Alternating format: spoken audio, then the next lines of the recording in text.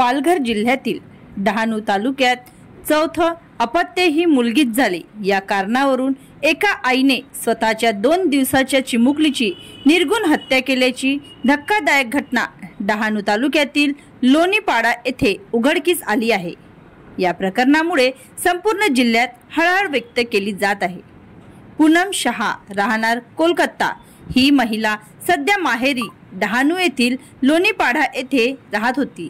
तिचे माहेर मूळचे उत्तर प्रदेशातील असून तिचे आई वडील डहाणू येथे वास्तव्यास आहेत। पूनम कोलकात्यात पतीसोबत राहत होती, मात्र नुकत्याच झालेल्या प्रसूतीनंतर ती आपल्या माहेरी आली होती।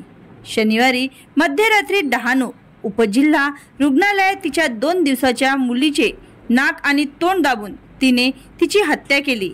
या घटनेनंतर रुग्णालय प्रशासनाने तात्काळ डहाणू पोलीस ठाण्यात कळवले।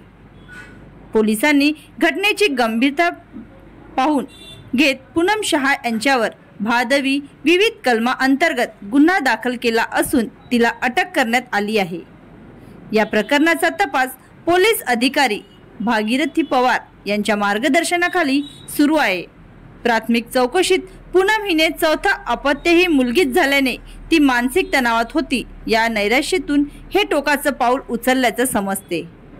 या घटनेने आई या शब्दालाच काळीमा फासला गेला असून समाजात महिलांच्या मुलीविषयी असलेल्या काही विकृत मानसिकतेचा हा परिणाम असल्याचं समजत आहे। स्थानिक नागरिकांनी या अमानुष कृत्याचा तीव्र निषेध केला आहे।